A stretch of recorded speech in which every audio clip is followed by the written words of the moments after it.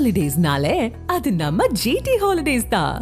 GT holidays, South India's #1 travel brand.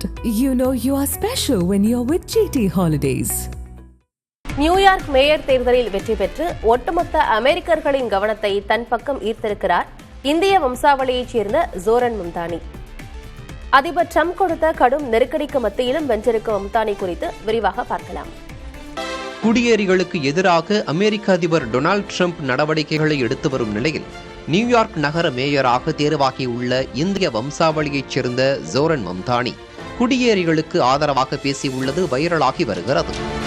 தேர்தலில் வெற்றி பெற்றதை தொடர்ந்து நடந்த வெற்றி விழா கொண்டாட்டத்தில் உரையாற்றிய மம்தானி, குடியேறிகளின் நகரமாக நியூயார்க் உள்ளது என்றும் நியூயார்க்கை வழிநடத்தப் போவதே குடியேறிதான் என்றும் தன்னை குறிப்பிட்டு பேசினார்.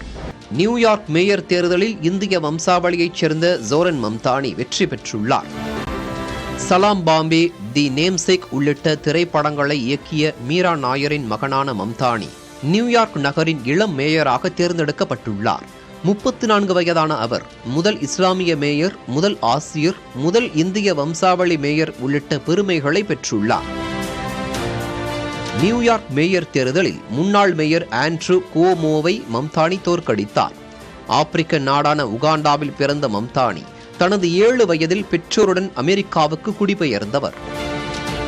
மம்தானியின் வெற்றி ஜனநாயக கட்சியின் முற்போக்கு அணியின் வெற்றியாக பார்க்கப்படுகிறது.